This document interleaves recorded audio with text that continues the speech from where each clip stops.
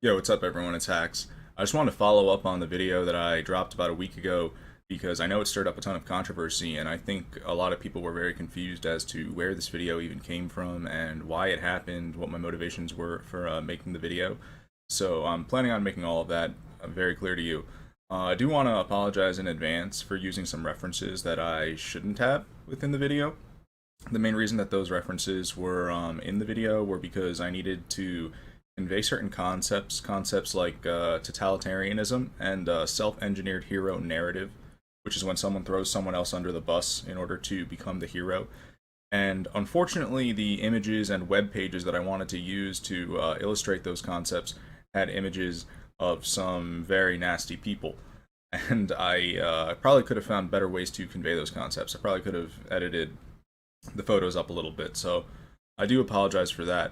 This video won't contain any references of that nature. This video will just be me talking to you the entire time. So I think that's also better because it'll be much more personal than my previous video. Because some people have been questioning my sanity after that video, and I do want to assure all of you that I'm perfectly fine. I knew everything that I was alleging during that video, and there's nothing to worry about in that regard. So, in terms of why I made the video, I am not only overwhelmingly concerned about the status quo of Melee and Smash in general right now, but I've been growing increasingly concerned over the past 8 to 10 years. And that's because for 8 years now, I've been carrying the collection of documents known as Evidence.zip. And these documents have been nothing but embellished and covered up by the press time and time and time again. And we've clearly gotten to a point where the current generation thinks of Evidence.zip as more of a myth rather than something that ever actually happened. And the reason that's very unhealthy is because it's caused the current generation to have the completely wrong idea of the person who Evidence.zip was written about. And I say that because Evidence.zip was actually one of the worst abuse cases in esports history. It was a collection of 9 testimonies. 4 people testified as victims, and then 5 people testified not necessarily as victims, but people who endured either mild abuse or witnessed mild to severe abuse. And you see, that's already really bad because in most abuse cases, there's 1 victim and 1 testimony, but Evidence.zip actually had 4 victims and a total of 9 testimonies. So just based on that alone, statistically, Evidence.zip was pretty significant, but everything in the press's power has been done to downplay its purpose. Give me 1 second. Alright, now, like I said, the corruption of the press has been a really big problem for me to witness this entire time. As someone who testified as a victim 8 years ago, for me to witness the way that this has been covered up has been very troubling. But what really drew the line for me was when half a year ago, Samox aired the documentary called Metagame. And Metagame was actually the first glimpse that the current gen had at any kind of Evidence.zip footage, and that's because Metagame interviewed a certain person who testified as a victim for Evidence.zip from Sweden. And the moment that Leffen saw this, he went ballistic on Twitter. He had what's called a narcissistic rage. That's the clinical term for what the way that he reacted. He basically did everything in his might to get Metagame censored. And the night that that happened, a lot of people were calling this out. They were saying, this is revisionist history. You absolutely shouldn't do this. This is going to send the community even further past the point of no return, where they just have no idea what the truth was. And those people were absolutely right. But the problem was that Leffen's influence was much greater than them, so he got his way, and Samox was forced to succumb. And I think this is just in general one of many ways that the culture of Melee is in a bad spot, because there are people like Leffen and Mango. Not to throw any shade at Mango, but these people are so above the law, it's not even funny. And we all know it too. If they want to get their way on just about anything, you're going to be screwed going up against them. So Leffen actually got his way that night.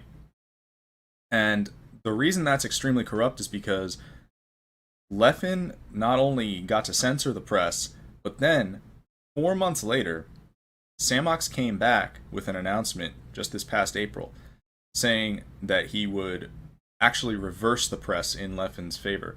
meaning he was going to redeem himself by giving Leffen his own special episode at the end of Metagame. So Metagame was originally 8 episodes, and now Sam was going to make a 9th episode dedicated to Leffen. And this is actually such a corrupt series of events, if you think about it. How there could be a documentary with a victim testimony, and then the abuser goes nuts on Twitter and says, take that testimony down.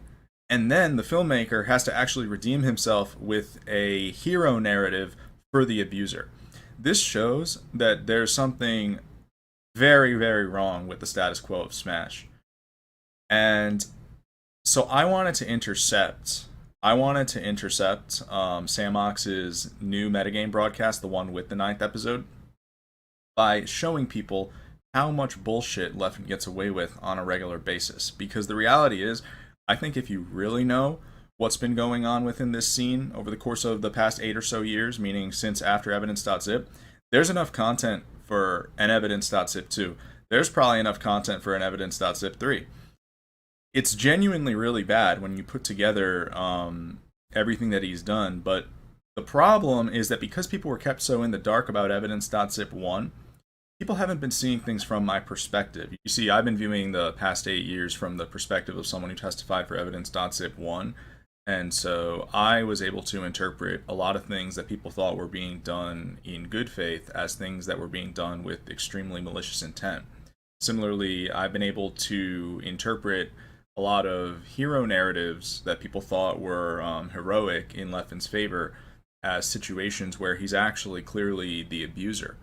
And it just really seems to me, as someone who's viewing things from this lens, that things are beginning to spiral out of control, where the political cons are just becoming so constant and so increasingly grandiose that there really appears to be no end to this path of destruction.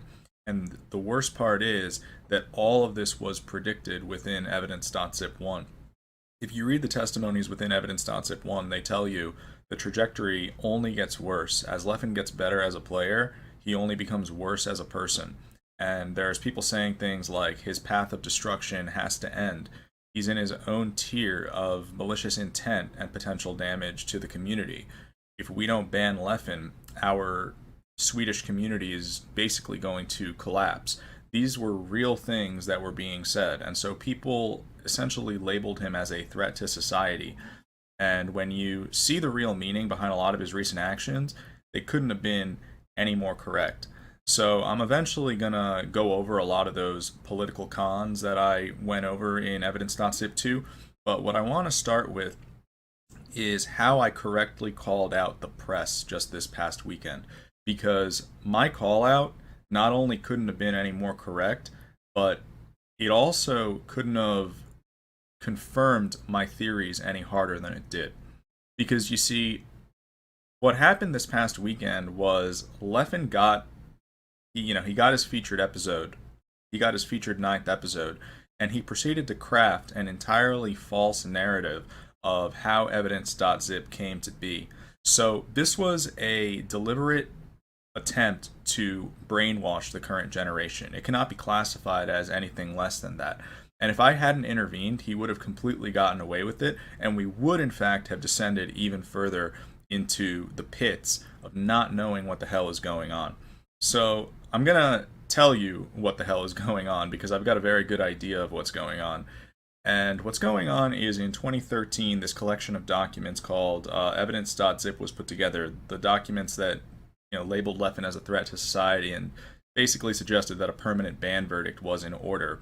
The 1-year ban really wasn't appropriate. They were very kind to him, considering the things he had done and the way that he responded to being banned as well, if you know the true story behind that. But then what happens from there is the press proceeds to cover literally everything incorrectly. 2015, TSM makes their documentaries. 2016, Red Bull makes their documentaries. The Red Bull documentaries were so egregious. They were literally titled Evidence.zip as though this was a hero story, and they contained slides that truly did push that narrative. Then in 2018, the Score Esports put out a documentary on Leffen. That documentary, I don't think he directly collaborated with them on, but he did manage to influence it quite heavily, because you see, on March 21st, 2013, Leffen put out a fake apology on Smashboards. That apology manipulated tons of people. You've probably read this apology. It's very well known within the Smash community. What people don't know, though, is that that apology was completely fake. That apology was basically the way that basically Leffen did a 180 after he realized that he wasn't going to get his way with his initial response, which was very much so the opposite of an apology. And so then he issued a fake one that was intended to manipulate people. That apology got picked up by the press in 2018, and so now the community is just further away from the truth. So now 2021, we've got metagame, and now Leffen is actually getting a featured episode where he gets to tell you what happened with Evidence.zip. And considering how many times he's pathologically lied about this throughout his career, this is checkmate right here. If this episode goes through, that's the way I saw it. It's just over. The true narrative is going to be a distant memory. So I couldn't have been any more right, because here's what happens. They basically created a narrative that can only be classified as such extreme propaganda that you would not see anything like this outside of a highly corrupt totalitarian society, which is exactly what I said in my last video. I described this as totalitarianism. Like, for the press to be this corrupt, I really can't think of anywhere else that you'd see it. So basically, the narrative that Leffen crafted was entirely made up. He said that on January 20th, Armada announced his retirement. Then on February 9th, Armada announced that Leffen was banned. And because there was only like a 3-week gap between those two events, Armada had tons of sway from announcing that he was retired. And so anything that he additionally said, like while he was on his way out, people were just going to agree with it because they really wanted to see him come back. And so they would let him get his way. This was a real narrative broadcasted by Samox on episode 9 of Metagame. Leffen was on screen the entire time telling this story. This episode was also produced by Alpha Zealot, who is the owner of Smashboards. So I'm hereby telling you that people such as Samox and Alpha Zealot are officially affiliated with fraud.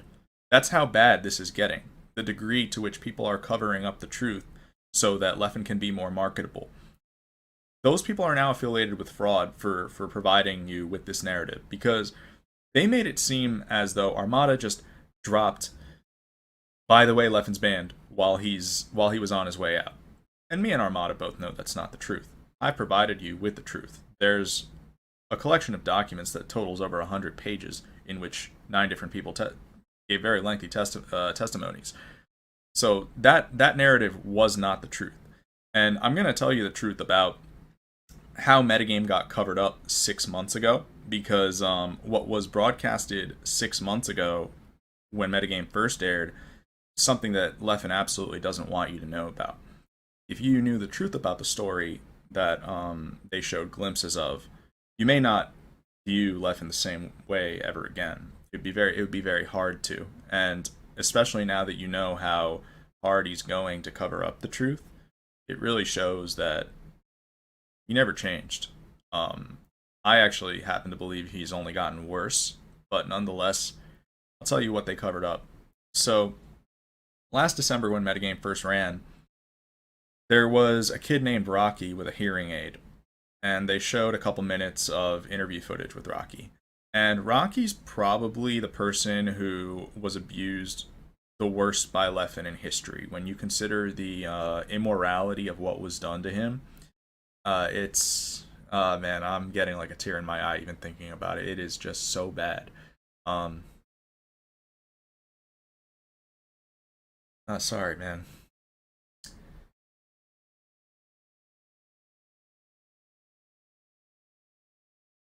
So,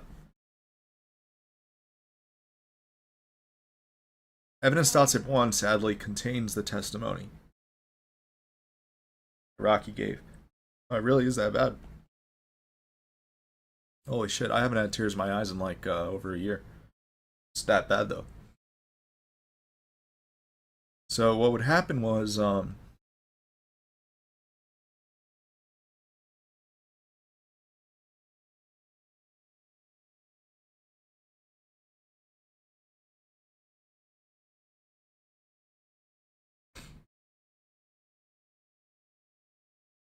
Second.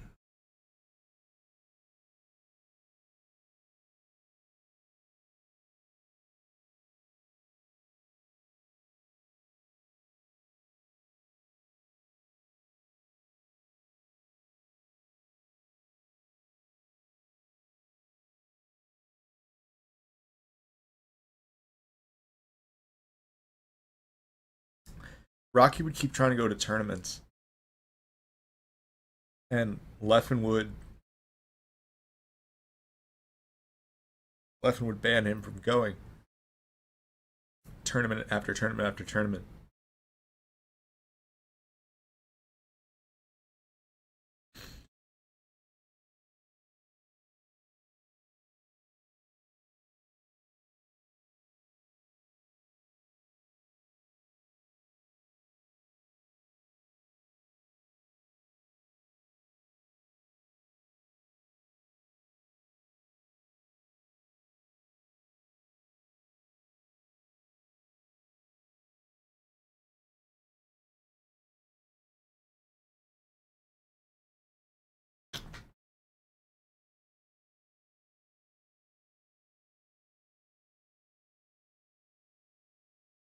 Fuck.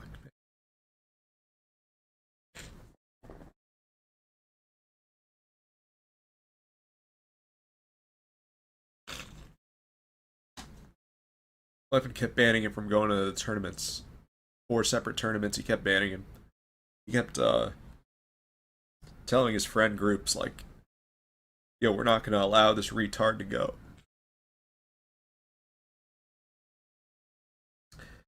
And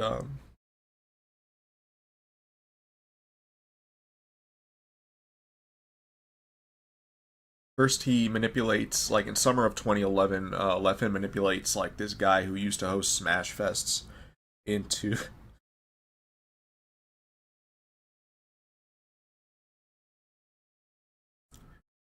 into making it so Rocky couldn't go. Then Apex 2012 rolls around, and Rocky's trying to book his flight, and Leffen has the nerve to go to Rocky, and this is after many, many months of abuse, and Leffen has the nerve to go to Rocky and be like, yo, book my flight. And then Rocky's like, I'm not going to book your flight when you're literally the most abusive guy I've ever met. And so then Rocky's still nice enough to link Leffen to the bookings website. So he links him to the bookings website, and he's like, that's all I'm going to do for you. And then Leffen says, oh, that's all you're going to do for me? Well, then good luck coming to these upcoming tournaments in Norway and Finland. So Leffen ends up booking his ticket to Apex 2012, and then surely enough, down the line, he stays true to his promise of screwing Rocky over from going to the tournaments in Norway and Finland, because Leffen had control over who was going to ride in the car. And so Leffen bans Rocky from the trips to both of those tournaments, and Rocky has to like take trains and ferries to get to these tournaments. And then at one of these two, the one that came first, so I think the Norway tournament, Rocky gets there. He took like a train by himself to get there, and then during Rocky's tournament sets, Leffen starts screaming in his ear, like the ear that has the hearing aid. Leffen's literally screaming in his ear during tournament sets, and so yeah, I mean that really happened, and that's one of like many horrific abuse cases that were documented within Evidence.zip. There were 3 Swedes who got it really, really bad, and then I got it really bad. Leffen like stalked me on Smashboards for 2 straight years, and it got to the point where it was so excessive, so much worse than like literally anybody else stalking you. You know, it's like way worse than a bully. It's like actually a really high degree psychopath. That's the only way to put it. I mean, the complete lack of remorse and empathy is so inconceivable. And so all the people in Evidence.zip are saying things like, we don't even have words for how cruel this person is, or how evil this person is. Like, he just keeps lying and abusing us and stuff like that, and we can't stop him. But if you look at the way people perceive Leffen today, it's just so off. The gap is so bad. It's crazy. I've never seen a bigger gap in my life. This could actually be the biggest gap between perception and reality, um, like out there in all of esports. The fact that people think that Leffen's like a heroic guy. Some people seem to actually believe that, or that I'm the nutcase in this situation. That I'm the psycho who's going on some kind of a rant. It's the complete opposite. I actually just happen to know um, a lot of really, really dark shit. And so I want to fill in the current community on some of that dark shit. So I'll start with what happened directly after Leffen got banned. Or actually, I'll tell you how he initially responded to the Swedes' threats to ban him, because they told him that he was going to get banned many, many times. And the way that he responded is documented within Evidence.zip. He basically would either tell them, "You're never going to ban me, like you're never going to have the balls to ban me," or in one case, he even told the other guy that he was going to get banned. He was like, "Keep this up, and you're going to get banned." And that was one of the people who Leffen was abusing. So Leffen said it straight to this guy's face. So these people reached the point of realizing that they were dealing with someone who could not be reasoned with. So eventually they banned him as a last resort. They honestly waited way too long to do it, knowing what they were going through. And then the moment Leffen gets banned, he immediately starts manipulating literally everybody into believing that this should not have happened, that he had never actually abused anybody, and that he was reformed. Like, he started telling people he was reformed like the moment after they banned him.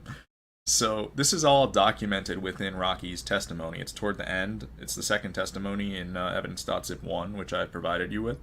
So Leffen basically does the most despicable thing possible. And then he condemns his local community. He calls them fake. He calls them doomed. But then what ends up happening is, around this time, Samox makes the Smash Brothers documentary, which, as I've always said, came out at the perfect time for Leffen, because around the time of Evidence.zip, Leffen was actually the most hated man in the Smash community. This was around when he enforced the pause rule against Scar and SFAT, so he got booed during that. He got booed when he played me at Apex 2013. There were literal crowds booing Leffen back during those days because of how toxic he was on the boards. But then Samox comes out with his first documentary, and that basically turns the scene into a brand new collection of players. So I think that clean slate could not have worked out at a better time for Leffen, because these new players didn't know anything about who he really was. And I think from there, the press really started to cover up the truth really well for him. So I'll continue with what ends up happening in 2013. In 2013, Leffen ends up making his fake apology, which manipulates a ton of the North Americans. But people like me, Rocky, and the rest of the people who testified for Evidence.zip, we all know damn well that apology was fake. So then, in April 2013, just 2 months after Leffen was banned, and just 2 weeks after his fake apology, he actually disturbs the peace at a Swedish tournament called Beast 3. So some of the people who testified for Evidence.zip were really happy that there was finally going to be a tournament without Leffen there. But then Leffen actually shows up at the door. This causes Rocky to have a panic attack when he sees Leffen at the door. So Leffen is disturbing the peace right off the bat. And then at EVO 2013, which was a few months later in July, he does something very similar with me, where I had been trying to get Leffen banned from this tournament, but Mr. Wizard denied my request. And then on the first night at EVO 2013, I find Leffen in my hotel room. Like, I go out, I leave my hotel room for a little bit to go to the Rio to go watch the World Series of Poker, and I call the person I was staying with, and I say, "Hey, I need to come back to grab my phone charger." And then he says, "Sure, but just so you know, Leffen's in our room." And so I'm like, what the fuck? Like, this guy is an actual stalker. It just seems like there's no getting rid of him. It's almost as if he's not in a cell, you can't get rid of him. It's that bad. So he disturbs the peace very badly that year. All the people who wanted him banned, did not get the justice that they were seeking whatsoever. He comes back in 2014. He has a good year. 2015, he gets picked up by TSM. I quit the game around that time. I was not fond of the Chillin money match, just knowing what I knew. I had a way different view of that whole thing, because the way I saw it, Chillin basically encountered like a hardcore sadist, basically. Like, if you read Evidence.zip, then you would know the type of person that Chillin encountered. And that was around when I started to feel like darkness was getting cast over the community, and that the community was truly shifting from the peaceful place that it once was. The community was just the atmosphere in the community was way different before Leffen started to make a name for himself, and that's exactly what the Swedes told you would happen. They basically said he cast darkness over our entire community, and if he's not contained, he's going to do it to the entire world. So I think the Chillin money match was actually kind of like the beginning of that. And as entertaining as it may have been for the public, I didn't like seeing it, because Chillin's a nice guy, and Leffen kind of did that whole thing so that he could get sponsored more quickly. So this goes to show the Machiavellianism that I was talking about in my previous video. Machiavellianism basically means you will do amoral things to get ahead. Like, if you can toss someone's like reputation completely in order to get sponsored more quickly, someone who's high on the Machiavellian scale will do that. So that's kind of what Leffen did to Chillin there. So that happens. I'm like out of the game during that time. Then I'm out of the game for 2016 as well. And then in 2017, I come back on the box. I make an announcement on January 19th, 2017, that after like 2 years of retirement, I'm finally coming back on a new controller that I'm R&Ding around that time. And that controller is also going to help a bunch of other people in the process. The first day I make my announcement, Leffen decides to strike. Leffen starts to stream, and he starts to say things on his stream about how the box is not necessary, and how the GameCube controller is perfectly fine ergonomically, and how the fact that I injured my hands was all my fault. He's basically saying it was because I had bad posture, stuff like that. 4 years later, we all know that's not true. Right now, the box is the wave. People, like, I almost feel like the game is trending in a direction where the box is going to become like more of a standard than a GameCube controller. Maybe I don't really see why you'd pick up a GameCube controller if you were new to the game right now, because of how many hand issues it threatens you with. But 4 years prior, Leffen was lying about that. He's lying about it right away. And then I already know what this means. The moment that I see Leffen saying those things, I know what it means. I know it means that he's going to try to get the box banned. Because what Leffen's been doing ever since Evidence.zip is he's been deciding on a whim when he doesn't want someone to be in the community. So he started out by basically trying to exclude 3 Swedes from the community: Mike Hager, Rocky, and C. And he seemed to target them because they had some kind of physical or mental handicap, which is fucked up. It's very worrisome, especially when you consider that Leffen has expressed the idea that he's genetically superior to other people. It makes me think that those people were targeted because he actually has a distaste for people with handicaps. That's just the only possible explanation. But nonetheless, over time, Leffen would begin to target people for more political reasons. I was targeted for political reasons from very early on, because I always had radical theories about Melee ever since I was a kid. I'd post some crazy shit on Smash boards, and my predictions would usually be right. I would make predictions about like what the metagame's going to look like in the future, rules that should be implemented, stuff like that. I was right about a lot of it, but Leffen would always try to make it seem like I wasn't a credible guy. He seemed to hate the fact that I had rhetoric that could challenge his. And this ended up being a consistent allegation against Leffen within Evidence.zip. Multiple people said, this guy will treat you like you're a moron if you don't share his opinions. So I want you to keep that in mind as well. There are two MOs that I want you to keep in mind going forward from Evidence.zip, because these MOs will only evolve over time. So the first one is called exclusion. Exclusion is when Leffen decides on a whim that he does not want someone to be in the community, and then he runs a very elaborate campaign to get that person out. And the second MO is that Leffen, from an early age, showed that he wanted everyone to be on board with his rhetoric. So, do you see now where this totalitarianism angle that I presented you with is starting to kick in? Because if someone is showing signs from an early age that they're going to purge political threats and that they're going to purge people with rhetoric that can challenge theirs, that this could potentially evolve into someone who is massively power crazed, someone who tries to enforce uniform thinking onto a community and tries to take down people with large market share or challenging rhetoric. This is exactly what I'm alleging that Leffen has evolved into. Keep that in mind for now. So 2017, I come back on the box, and right away he's targeting my controller. But because of how malicious I know that Leffen is, I already know that this is going to spiral into an elaborate campaign to ban the box completely. Surely enough, 2 months later, I see Leffen at Summit 4, March 2017.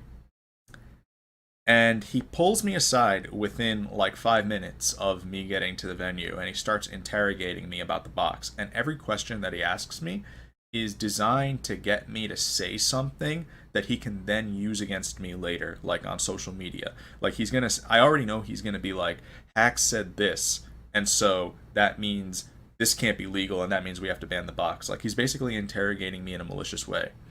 So I have that conversation with him, and then surely enough, 1 week later, he goes on social media, he starts misrepresenting literally everything that I told him, and this is being done with the intention to ban the box.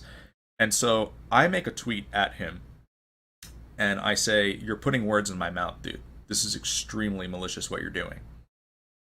And by the way, everything that I'm telling you about right now, this is in chapter 7 of Evidence.zip 2. So I tell him, "You're being extremely malicious, dude. I did not say these things to you. You're misrepresenting right now." And then he says, "No, I have no malicious intent. By the way, I've already contacted your engineer, and I'm scheduled to have a conversation with him." So at that point, I'm like, what the fuck? Because my engineer that I was working with at the time lives 1 hour away from me in New Jersey, and the only place where I had even disclosed his name was in the video that I made on January 19th, where I told people that I was coming back. So this is like, the stalking is evolving. The stalking is evolving. Like, now he's making contact with my engineer. He's triangulating, which is when you infiltrate a social circle. And this was also documented within Evidence.zip, that he triangulates, that he infiltrates people's social circles. That's why in Mike Hager's testimony, for example, Mike Hager says, "He's ripping my entire social life apart." That's a real line from Mike Hager's testimony. So now Leffen's trying to infiltrate my social life by making friends with my engineer. So when I see that, I'm like, what the hell? But I kind of don't think too much of it at the time, but that's going to come into play later. A week later, like a week after Leffen makes contact with my engineer, he starts flooding YouTube with anti-box propaganda. And every single video that he's posting around this time is so flawed. The loopholes in these videos are so egregious. I show this in Evidence.zip 2, where Leffen made like a peach up throw down smash combo out to be so broken. Like he literally told people the box is going to be so broken that its DI is going to change the metagame. 4 years later, this obviously is not the case. I'm still literally the only top level player who even uses a box. And the box's DI is much worse than a GameCube controller's overall, by the way. So Leffen's flat out lying. And so I'm starting to get fed up with what Leffen's doing, because he's really pushing his limits, and I know exactly what his intentions are. So a month later, there's a tournament called Royal Flush.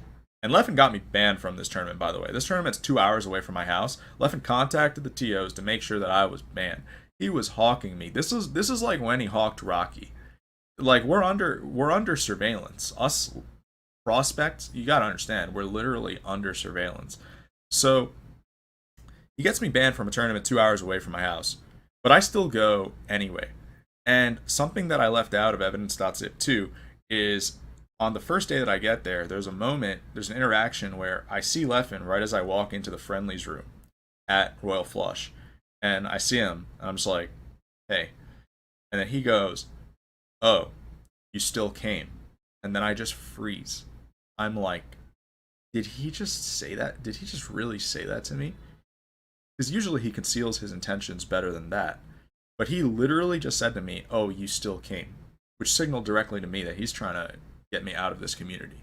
He's trying to perform an exclusion. Later that weekend, I find out that the whole reason that Leffen befriended my engineer was so that he could manipulate him into giving a device called the Arduino. This was a device that would help legalize the box. The whole reason Leffen made friends with my engineer was so that he could try to get one of these devices and then use it to sabotage the box legality even harder. So when my engineer discloses this to me on the first day of Royal Flush, I have to literally grab him by his shoulders. Like, I'm grabbing him by his shoulders and I'm shaking him like this. And I'm saying, dude, you don't know who the fuck Leffen is. You have no idea who you're dealing with. You give me that controller right now. You're not giving that controller to Leffen. And then my engineer is so naive. He's saying stuff like, I'm sure he just wants to try it out. And I'm like, oh my god, dude, you don't understand. We're being targeted. We're being targeted right now. So I force him to give me the controller back. Later that day, I'm in the Royal Flush Friendlies room, and I happen to be sitting next to Leffen. I'm also sitting next to Captain Smuckers, Mike Hayes, and Armada. These people will all testify that me and Leffen started to scream at each other, but Leffen lied about how this screaming was initiated. What happened was, I was so fed up with all the bullshit that Leffen was doing that I confronted him and I said, hey dude, that propaganda that you've been putting out on YouTube is very illegitimate. You and I both know that. And then Leffen cuts me off mid-sentence. He cuts me off mid-sentence and starts screaming belligerently. He gets so mad at me for confronting him about the fact that he's pumping out propaganda that he starts screaming belligerently.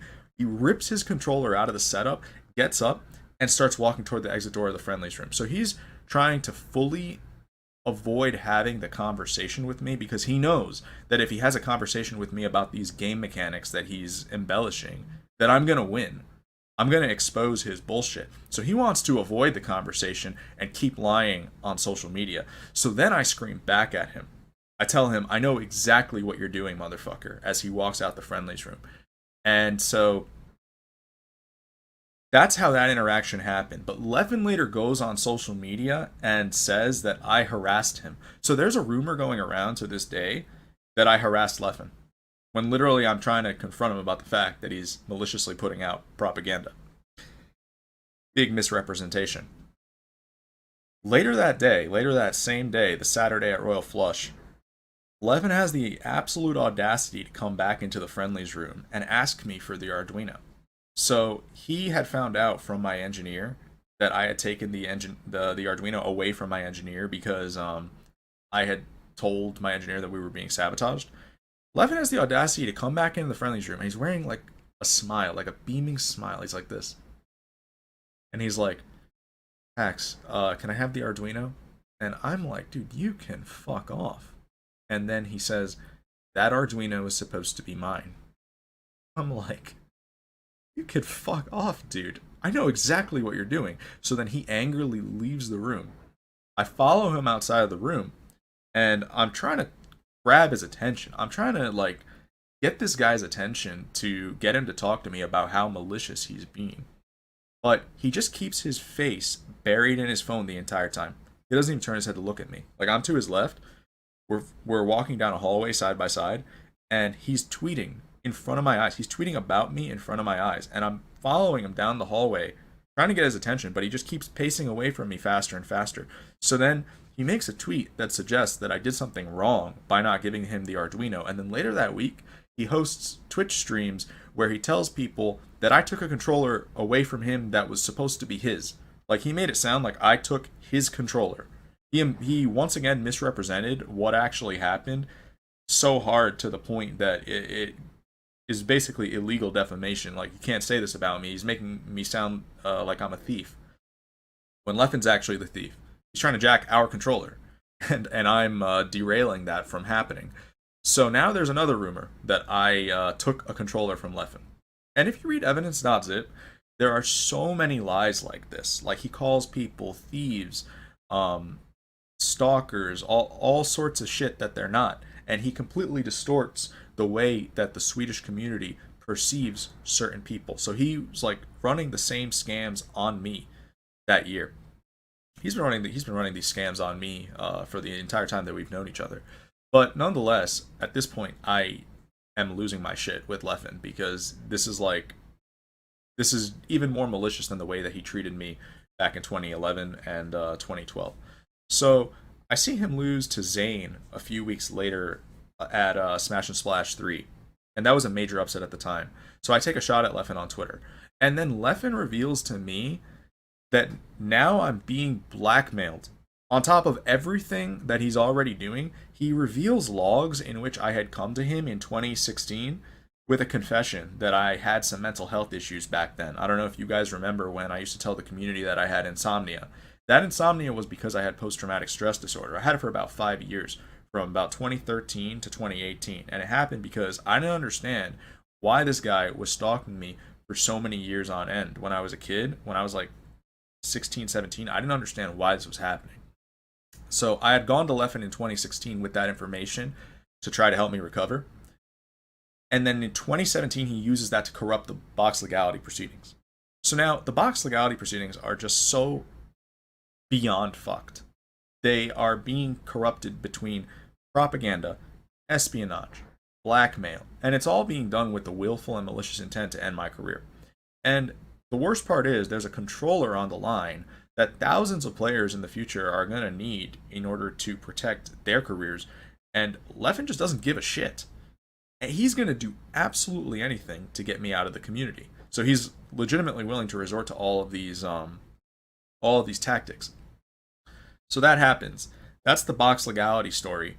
He ultimately fails to ban the box, but my God, the way he corrupted everything that year was horrible. And the fact that that just goes unpunished is exactly the type of stuff that I'm talking about, where no one is aware of the injustices that Leffen gets away with on a regular basis. That all just happened to me, and nothing happened to Leffen.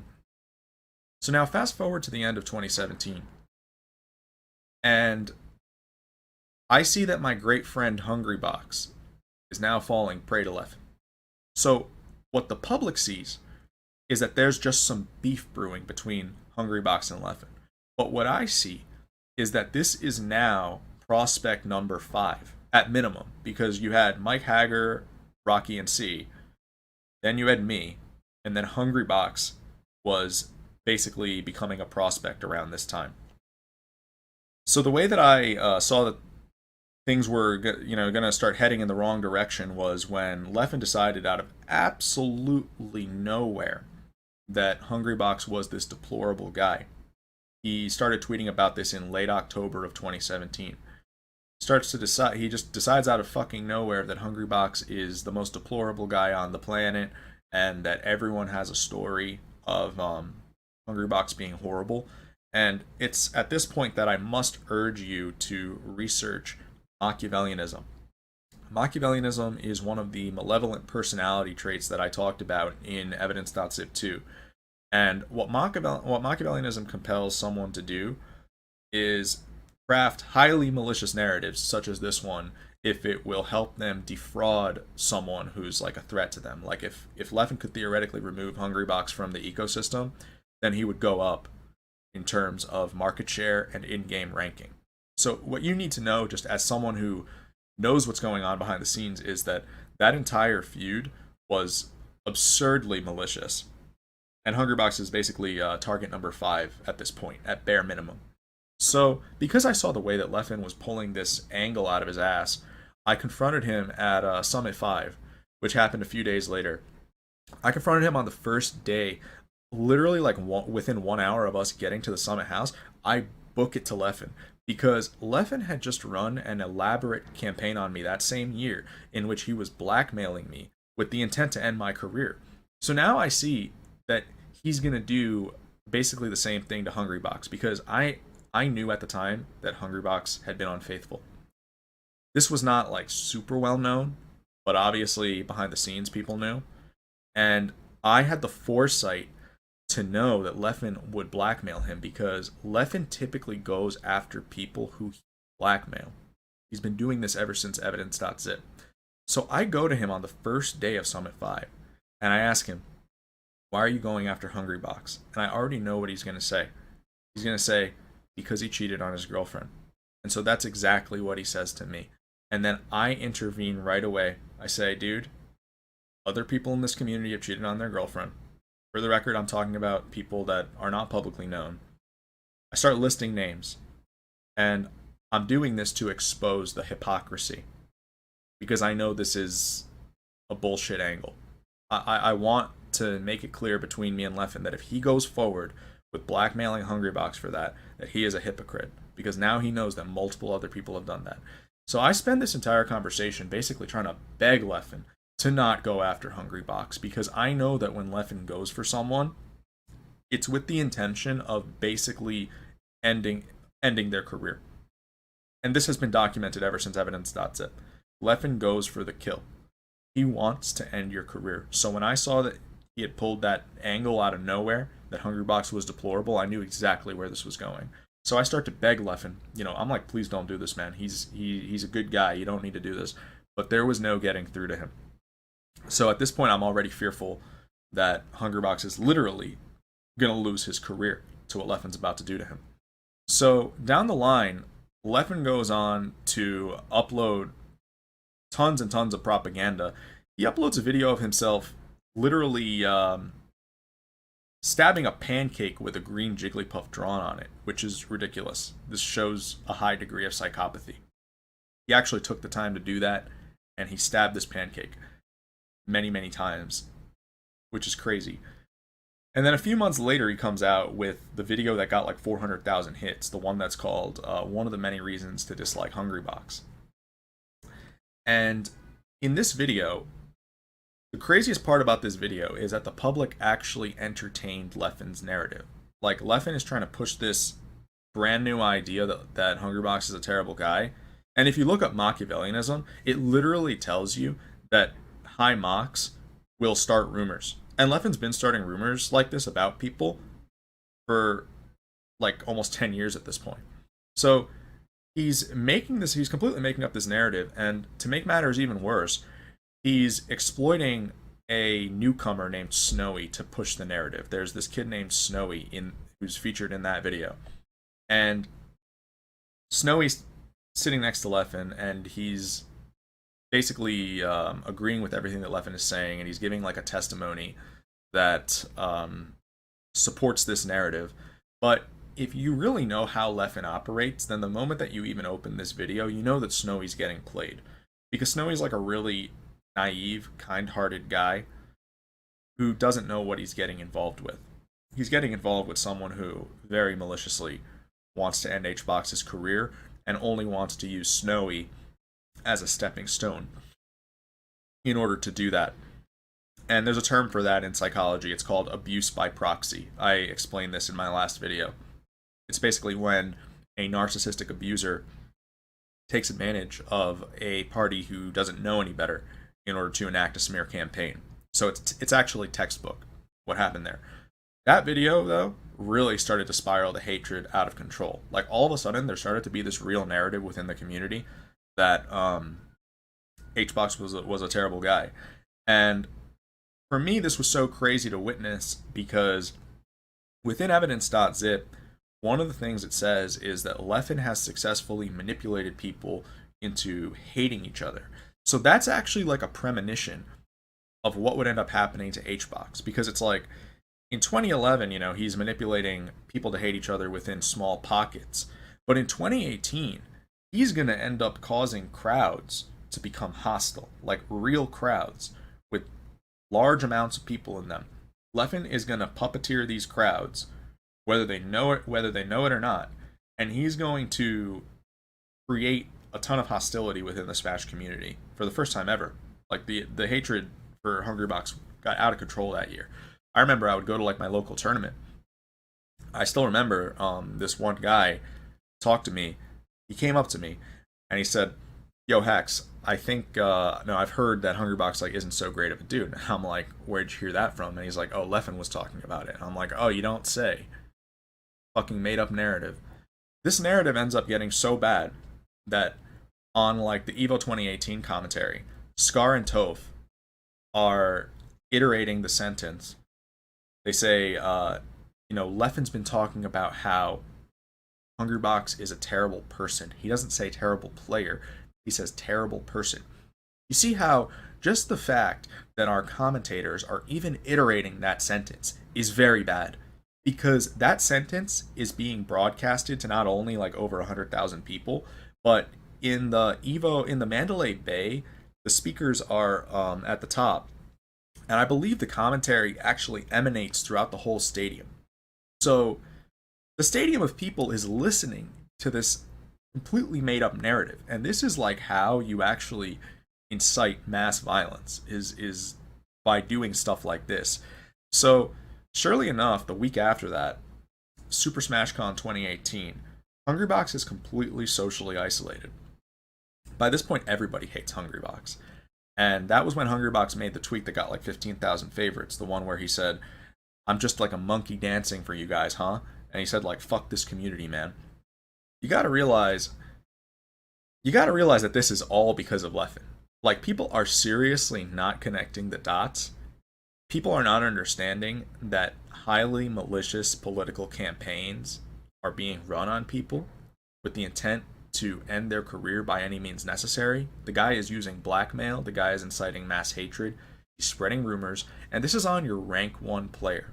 So now within like a 1 year span, he's done this to me and he's done it to Hungrybox. So you have like a top 10 player and a rank 1 player both getting blackmailed out of their careers. This is career murder. This is happening in front of your eyes. People have decided that this is now entertainment. This is no longer injustice. This is now entertainment. That's how backwards the situation has gotten. So Hungrybox nearly loses his career to this. It takes massive amounts of damage control and recovery that he never should have had to go through in order to undo what Leffen did to him. It took him like another maybe 2 years to recover his rep fully. Now he's very well liked again, thank goodness, as he deserves to be. But his rep was completely trashed. And that was just another classic Leffen con that Leffen never faced any accountability for. So now, fast forward to no, actually, don't fast forward. No, actually, yes, fast forward. By the end of the HBox Con, the craziest thing about all of this is that Leffen actually walks away from this as the hero. Let me tell you why that's really bad. So this is where Leffen starts to pick up his hero status, and this is when people start to think that he's like an anti-hero because he has become the heel to Hungrybox, and Hungrybox is like the supervillain of Melee. But let me tell you why that's really bad. Because we've already established that Leffen is someone who behaves highly maliciously. So by making the mistake of thinking that this guy's the hero, you're actually enabling him to con people harder in the future a lot easier than before. Because if someone is perceived as a hero, then people are going to side with the things that they tell people to do. So this is like a layer of crowd psychology. See, this is where crowd psychology is now coming into play. Because by thinking that Leffen's the hero, you're going to start to side with him when he abuses people again in the future or does highly malicious things in the future. And so I always knew that the fact that he was able to walk away with hero status was gonna ramp things up exponentially and make things even worse from there. And then surely enough, at the end of 2018, this is when the next con happens. So this one, in the Melee community's eyes, is not perceived as a con. But in my eyes, it absolutely is. So this is when Leffen bullies Salem. And people don't even remember that Leffen bullied Salem. People think that Leffen saved the world from Salem.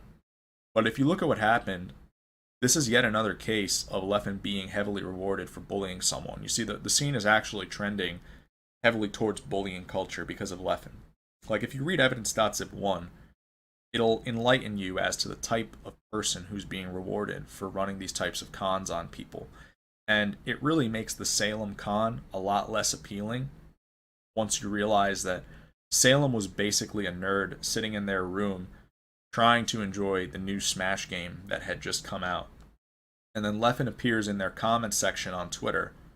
2 days later, Salem's entire rep is over. See, Leffen is putting people like me, Hungrybox, and Salem, and other people too, people like Samox, Alpha Zealot, etc., into massively bad PR situations. These are situations that we should not be in. He's destabilizing society because he's created a culture of hatred. He's caused the community to trend toward dystopia in a lot of ways. He's really shifted the atmosphere of this community. And the Salem beef proves that, because Leffen ends up getting rewarded basically in this situation because Salem gets baited into writing Years of Research. And Years of Research, the thing you got to realize about it is Salem was very triggered when they wrote that. Salem probably doesn't mean half the shit that they say in Years of Research, but some of the things within Years of Research are actually very accurate. One of the paragraphs in Years of Research says that Leffen's brand increases with his malicious intent. This is completely accurate, but the community is dropping the ball. The community is instead rewarding that malicious intent. And like I said, if you read Evidence.zip, it'll enlighten you as to who you're allowing to grow more powerful with each of these cons. Nonetheless, that's not how the community viewed it. Half a year later, 2 months later, Salem loses their sponsor, and then half a year later, Leffen and Salem face off at Super Smash Con, and there's a massive mob of people surrounding the match, surrounding the stage, and Salem is considered the supervillain of the century. And I'm sitting back watching this, like, this is actually horrible. This is actually like highly evolved bullying culture. I really don't think you're considering people like Salem's mental health when you choose to do things like this to them, because many people have suffered from mental health decline because of Leffen. And while I don't talk to Salem at all, I wouldn't be surprised if that situation caused some sort of mental health issue, because that's like a very traumatizing situation. You're just trying to enjoy the new Smash game in your room, and then all of a sudden you're being surrounded by a literal sea of people that hates you. So again, I'm not fond of this either, but at the time, I'm powerless to express that opinion because the crowd is so in favor of what Leffen is doing. So, you see, you've already got a new list of victims after the first Evidence.zip. You got people like me.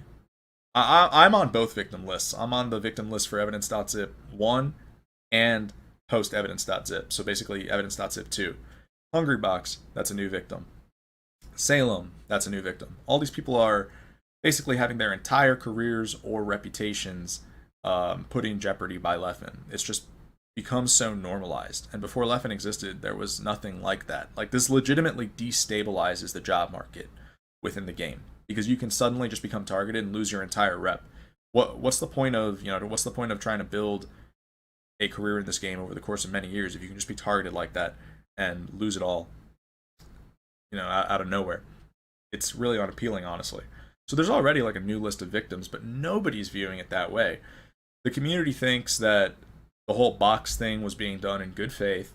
The community thinks that the Hungrybox thing and the Salem thing were hero narratives in Leffen's favor. So you're going on 2 hero narratives. I'm going on 0. I've seen nothing heroic. I've seen blackmail, corruption, bullying. I'm seeing dystopia. But that's because I'm coming from the perspective of Evidence.zip 1. So we're living in 2 different worlds. And that idea of 2 different worlds is really important here.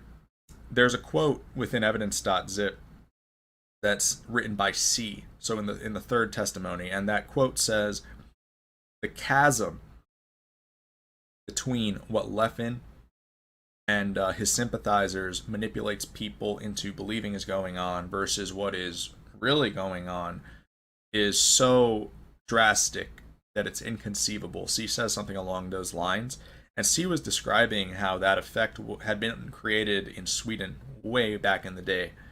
But if you look at the situation in recent years, it's absolutely accurate once again, because the vast majority of people are not seeing the truth about what's really going on in these scenarios. But because I have Evidence.zip 1's perspective, I see it clear as day. So I'm basically seeing the exact path of destruction that I predicted, and it's not pretty. As someone who's been in the game for 16 years, I'm very unfond of the way that the game has trended from 2011 and on. So now, 2020 is when one of the absolute most tragic things I've ever witnessed happens. This is when I realized that things within this community are like reaching the point of absolutely no return. It's almost like I'm living in hell. What I witnessed in summer 2020 is so inconceivable. It's just so hard to believe that it's even real. So I'm referring to the Me Too movement. This is legitimately one of the darkest things that I've ever witnessed in my entire life. When that Me Too movement first happened, people didn't know what to believe. People were very naive as to the fact that there were sexual predators within the Smash community. Just to shed some insight so that people are less naive in general, there are surely still sexual predators in the Smash community. Me Too did not weed out all of them. That's just how the world works.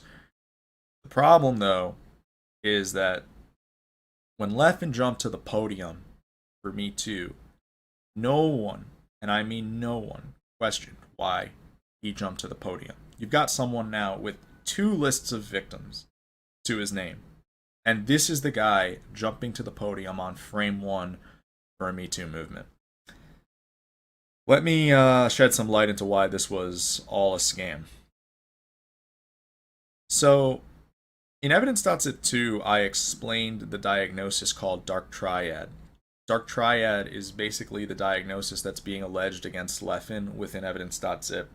The Swedes are trying to tell you that he is narcissistic and psychopathic to a dangerous degree, and that he's highly manipulative. This is an actual clinical diagnosis called the Dark Triad. So, this basically means that someone is extremely malevolent, and it would be in your best interest to always assume malicious intent and deception. Never assume good faith. It's like you'd be a fool to assume good faith if it's a dark triad, especially if it's like a high degree dark triad. So within psychology books, I've linked the page to this on both my last YouTube video as well as on Twitter. There's a page from a psych book. I think it's the American Psychological Association. They have this book, and it was made in 2020. And it says, dark triads will signal virtuous victimhood in order to basically scam their surrounding community. Basically, you do a virtue signal with a victim signal.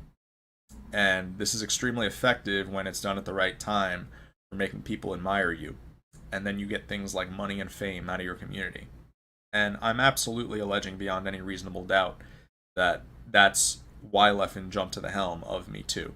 You might not like to hear that, but it's what happened. And you should know that all 4 people who were victims of the original Evidence.zip all agree that it was fraud. And then I was talking to Hungrybox last year while this was actively going on, because me and Hungrybox were both targets from the newer era. And we were DMing each other like, do you see this bullshit? This guy just jumped to the helm of the Me Too movement, and now he's talking about how bad it is to blackmail and abuse people. Like he's literally saying, he's literally condemning people for doing things like blackmailing people and abusing people in his video from July 2nd, when he has been running elaborate schemes on people to blackmail them out of their careers, and he's been doing this for the past 10 years. On top of that, what completely seals the deal is the fact that the victim testimony. So what Leffen does in his July 2nd YouTube videos, he gives a victim testimony, and he says that because of that victim testimony that he gave, he can resonate with victims of sexual predators. The victim testimony Leffen gave is completely fake. So the victim testimony that he gave is a story of how he took a road trip at Genesis 2. And when he took this road trip at Genesis 2, there was this guy named C, one of the original Evidence.zip prospects. And Leffen claims that C slapped him 8 times for no reason.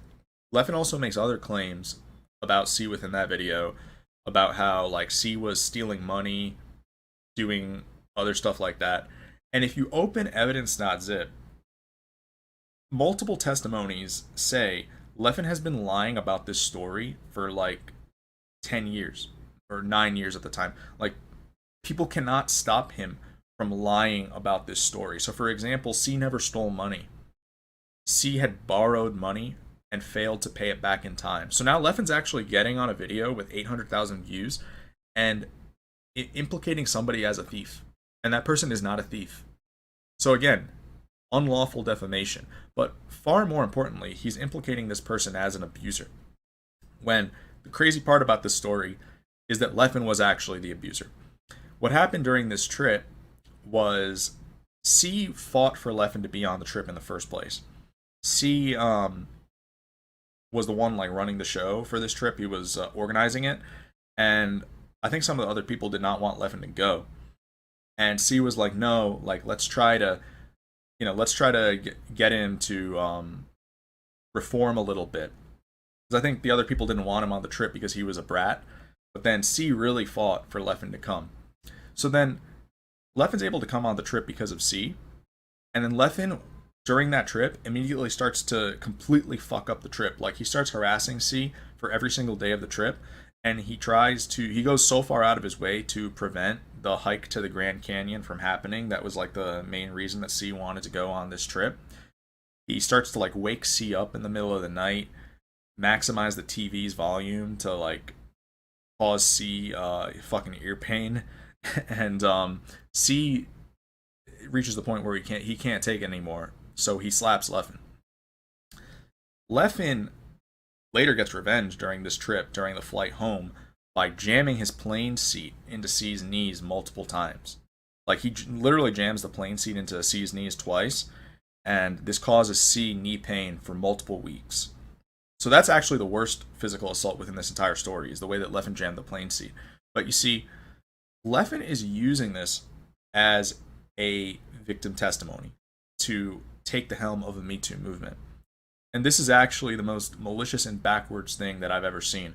And when I spoke with C a few months ago, I said, yo, dude, do you see what he's saying? You see what he's saying about you? Like, I know the Evidence.zip testimony is way different from this.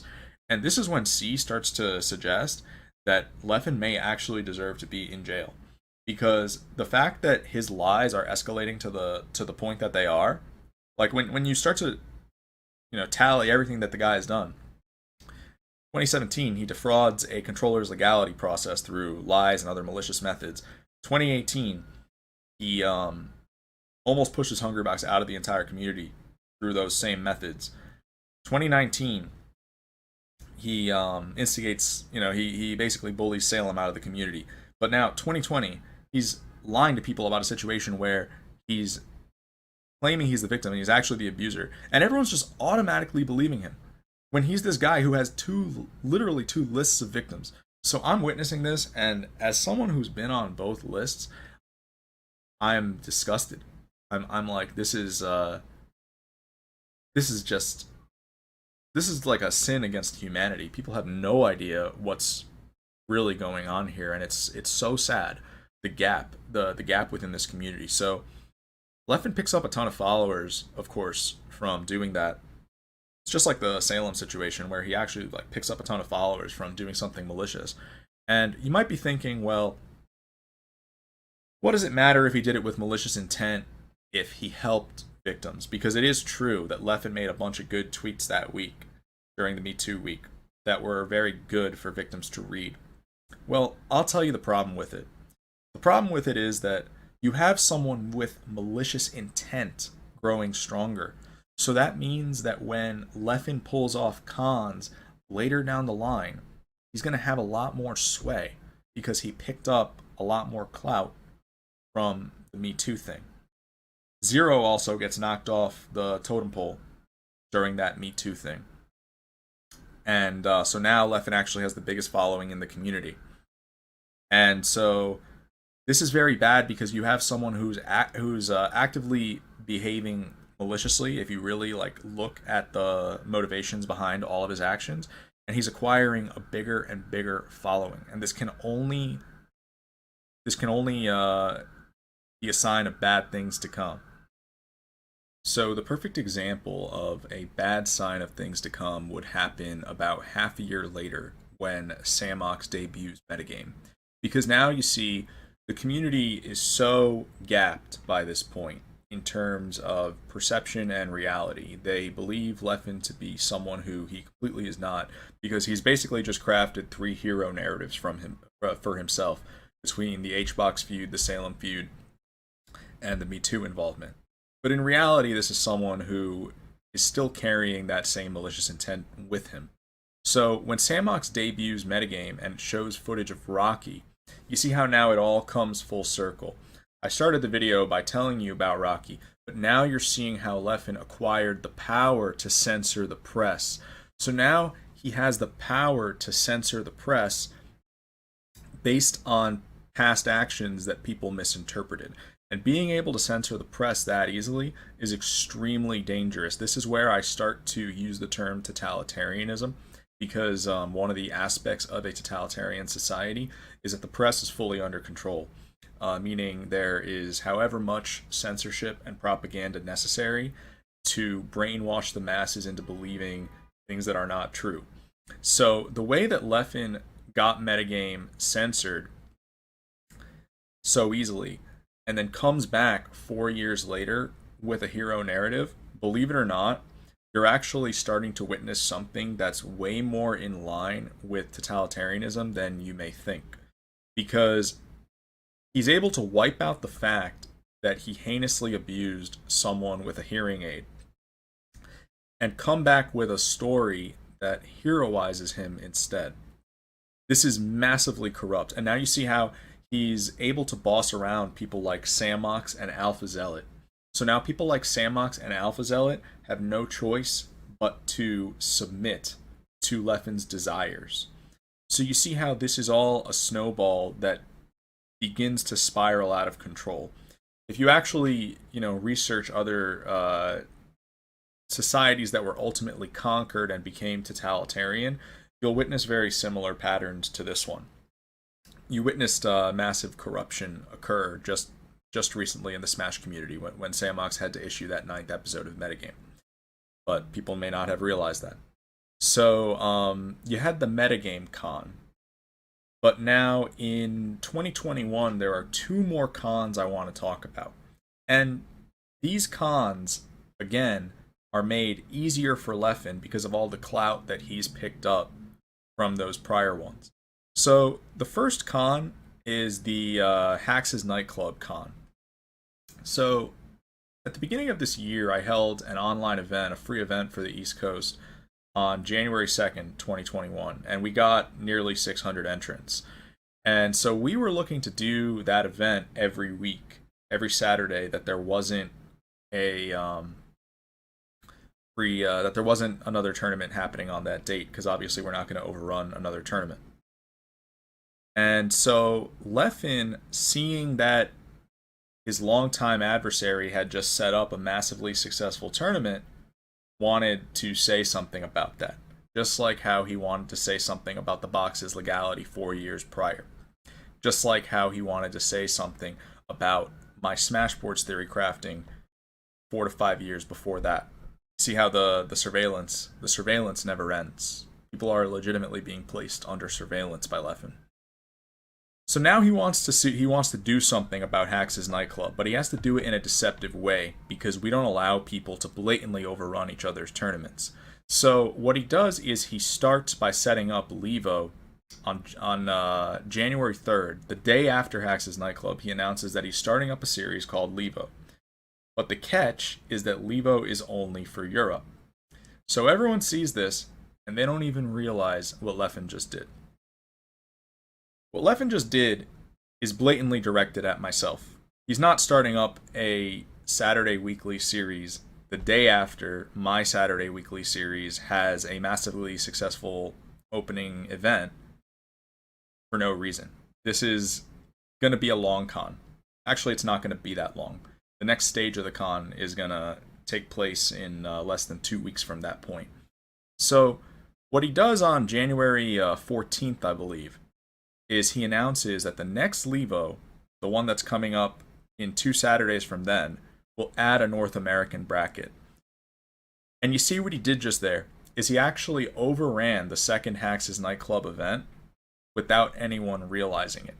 And if you Google the term totalitarian tiptoe, there's an actual term for the procedure that Leffen just followed. See, the procedure he just followed is he said, well, if I just slap my tournament right on top of Hax's, people are going to notice. People are going to notice that I breached community policy. So what I have to do instead is I have to slither in. And this is an actual totalitarian strategy to get people to agree to terms that they would normally reject. Like, you get people to agree to an end point. You get them from A to Z without realizing that they agreed to Z, because you did it in such a sneaky way. You took baby steps, whereas if you jumped straight to Z, people would say, whoa, whoa, whoa, you can't jump straight to Z. So you take baby steps instead. So he's actually able to perform an overrun of a free tournament series, and he is not only overrunning it with just any tournament series, he's actually overrunning it with a sub-tournament series. So this is insanely greedy and malicious, because he's literally telling East Coasters from North America that he wants them to have to sub to him on Twitch to play in a tournament, rather than enter a free tournament that was just set up for them. So he's willing to actually con the community in order to con me. It's incredibly selfish, but that's what he did. And then the crazy part is that 2 days after that, he decides he's going to launch another con on me. Like, the malicious intent really never stops with this guy. So this is when the L-canceling con happens. The L-canceling con is when Leffen starts streaming every day, telling people that the box is designed improperly because it doesn't have the R button on its home row. It has the Z button on its home row. So in Melee, you can L-cancel with either L or R, or with Z. The reason Z is better to L-cancel with is because it doesn't lock you out of tech. So that's why the box has the Z button on its home row, because you almost never want to tech at the same time that you L-cancel. And I had to make a YouTube video fully explaining why this is the case in February because of how many rumors Leffen would end up spreading. But in January, you see, Leffen really wanted to maintain the angle that it was better to L-cancel with R, just so he could say that his box button layout was better than mine. And this is a sign of extreme narcissism, because what Leffen basically did was he got a box in the mail.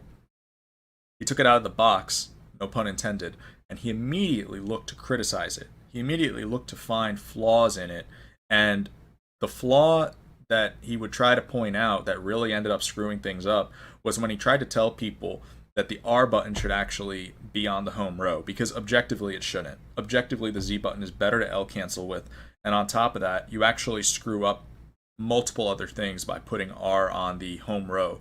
And Leffen would not have experience with any of those things, because I believe that was his first time, like, seriously trying the box out. And he was making these executive decisions within like 1 hour of using the box, and he was telling 1,500 viewers at a time that they should listen to what he was saying. So now he's actually defrauding a company. This is not a joke. My company has shareholders, and he's basically defrauding me and my shareholders by spreading false information about our product. And so my company has not only shareholders, but it also has multiple what can be considered representatives. All the moderators in my Discord can be considered representatives, because they're all very well educated on how the box works. And so the moment that they saw Leffen was broadcasting this information, they started to panic because they knew that this was false info. So over the course of the next few weeks, 3 different moderators try to go into Leffen's chat, and they try to say, hey dude, please stop spreading this information. This is very damaging misinformation. And what Leffen does to the first moderator's name is Slamist, he literally blocks him from his Twitch stream. So you know how in Leffen's Twitch bio it says that he won't hesitate to ban trolls and idiots? What Leffen actually means by that is he'll block anyone who does not agree with him. So Slamist goes into Leffen's chat and he says, Leffen, you're wrong. It's better to L cancel with Z. Please stop telling people this. Please stop telling people otherwise. Leffen becomes extremely narcissistic in response to this. He blocks Slamist, and then he starts to roast Slamist in front of everybody, and he starts to refer to me as an evil overlord. So he starts going crazy, basically. And this starts to spiral things out of control, because Leffen gets like 1,500 viewers at a time when he streams. So all of my hard work is rapidly being undone in front of my eyes. And then Altimore, that's the next mod, goes in 6 hours later to try to elaborately explain to Leffen why he's wrong. And Leffen wasn't really hearing him out either. So then 6 days or so later, another moderator named Otak goes in. And once again, Leffen's not willing to listen to Otak whatsoever. So all these company representatives who are trying to tell Leffen that this is incorrect are not able to get through to him. He's repeatedly censoring these people one way or another. And this is massive corruption. This is actually not a joke that he's defrauding a company by spreading false info about its product. So over the course of January, hundreds and hundreds of people start to believe that they should L cancel the wrong way, and they start to believe that the box is designed incorrectly too, when neither of those things are true. And then I start to get very pissed off because I'm witnessing all of this happen to the box community. So I start to get kind of hot-tempered in some of my responses to customers. And one customer says something like, the player Pipsqueak, that he likes Leffen's layout too. And then I say, Pipsqueak is Leffen's bitch. That doesn't make the layout any better. And then Pipsqueak sees that, takes it to Twitter, and now I'm in a bad PR situation. I'm actually in another bad PR situation because of Leffen. You see how it's so normal for people to find themselves in bad PR situations because of Leffen. So now I look like a bad person because no one on Twitter saw the sequence of events that led to this happening, and I end up having to issue an apology, and I lose like 1,000 followers. A sponsor who was talking to me at the time also stopped talking to me. So these bad PR situations are absolutely not a joke. Leffen's actually playing games with people's livelihoods by spreading these lies. And you see how this is what I meant when I said that nothing good would come of him being able to acquire a larger following and a larger and increased credibility from those previous cons that people interpreted as him being heroic. Because now going up against Leffen becomes even more hopeless. He's able to lie or do things like overrun your tournament, and you're just not able to do anything about it. You may not realize this, but you're quickly trending toward a culture where if Leffen decides that he wants to do something massively corrupt to you, you just literally have to run away. You have to fold. You have to say, oh, it's Leffen. That's it. So you see, the entire argument that I've been trying to craft for you this entire time is that he's starting to become way too above the law, to the point that it very much so resembles totalitarianism. So I apologize if my previous video used references that disturbed people or made them uncomfortable. I totally made some mistakes with that video, but the premise of the video was very much so accurate. And there are even more signs to further prove that the premise is accurate. Such as the fact that Leffen has declared, literally, that he'd become the one true God. If someone ever said something like that outside of the gaming realm, you would actually interpret it as someone who seeks totalitarianism. What I'm trying to tell you is that this isn't a joke. If you look at the way that every political situation is approached with the intention of maximizing influence and taking down those who pose a threat to influence, it actually becomes clear as day what's going on. There's also the fact that he's exhibiting some antisocial tendencies in front of your very eyes on a daily basis on social media that people are not paying enough attention to, such as the fact that he's mass censoring people. He's the only person in the entire community that mass censors people on Twitter and Twitch. He's also the only person in the entire community that does something that's very similar to state terrorism. So state terrorism is when you basically instill fear into your citizens in order to keep them in line. When Leffen scans social media to reply to people who don't have too much of a large following on their tweets, or when he quote retweets people to embarrass them, it's actually a social media equivalent of state terrorism. And just like the community has started to glorify Leffen's bullying, the community has also begun to glorify those social media tendencies. The community acts as if all these things are normal, and they're not really realizing what's going on here, because a lot of the patterns being followed are actually one-to-one with totalitarian regimes. And so the reason that I made my video was because, like I said, that revised version of metagame, if I didn't intercept it and raise doubt to its legitimacy, could have pushed things past the point of no return. Because letting Leffen rewrite the press like that right in front of your eyes is insanely corrupt. There's no arguing it. But there's actually a lot more corruption going on within this community, and it's all emanating from Leffen.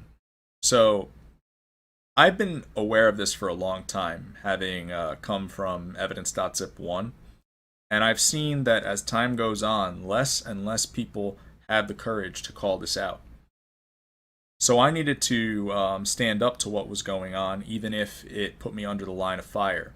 That being said, I'm hopeful that this video is received better than my previous one, because I've omitted all the things that seem to disturb people. I definitely did not present that video in the ideal way, but it was still good for conveying the facts in detail about each of the cons and breaking the ice about the overall premise about what I know to be going on within this community. So now that brings me to the end of this video, just in terms of what I believe needs to happen. Well, I'll tell you outright that I'm in favor of banning Leffen. I'm in favor of not only banning, but also deplatforming him. Because if you look at Evidence.zip, the first one, which I provided for you, and you look at what's predicted within that collection of documents, and then you look at the status quo today, it actually went about as badly as it possibly could have. Meaning all the predictions came true, but I think they came true to a higher degree than we ever could have imagined. I think there's a lot of things wrong with the status quo. There's a lot of things that I didn't even mention in this video, like the fact that Leffen regularly attacks our tournament organizers, who we wouldn't even have a scene without, or the fact that Leffen is clearly intent on infesting other gaming communities, like when he goes into the Tekken communities and the COD communities and immediately beefs with some of their people just to create drama. I don't think any of these things are good things, and I don't think there's any reforming this individual either. I think even if there was theoretically a way to reform him, I think he's already gone well past the point of what should earn someone a ban. That being said, I'm also aware that I'm building a case against someone who is highly above the law, so I won't be surprised at all if he's not banned. I'm just letting you know that I'm pro-ban, and I think I've provided sufficient argument for that angle to make sense. So, as I said at the end of my last video, I'm interested in hearing what people have to say about this. I mostly just want to present the other side, because I feel like right now everyone is kind of just conforming to the status quo, and there's actually a lot wrong with the status quo, no doubt about it. So again, thanks for watching this video. I hope I proved to you that there was always merit to this. I just may not have presented it properly in my last video. So regardless of what decision the community makes, I did need to get this off my chest. Thank you for watching, and take care.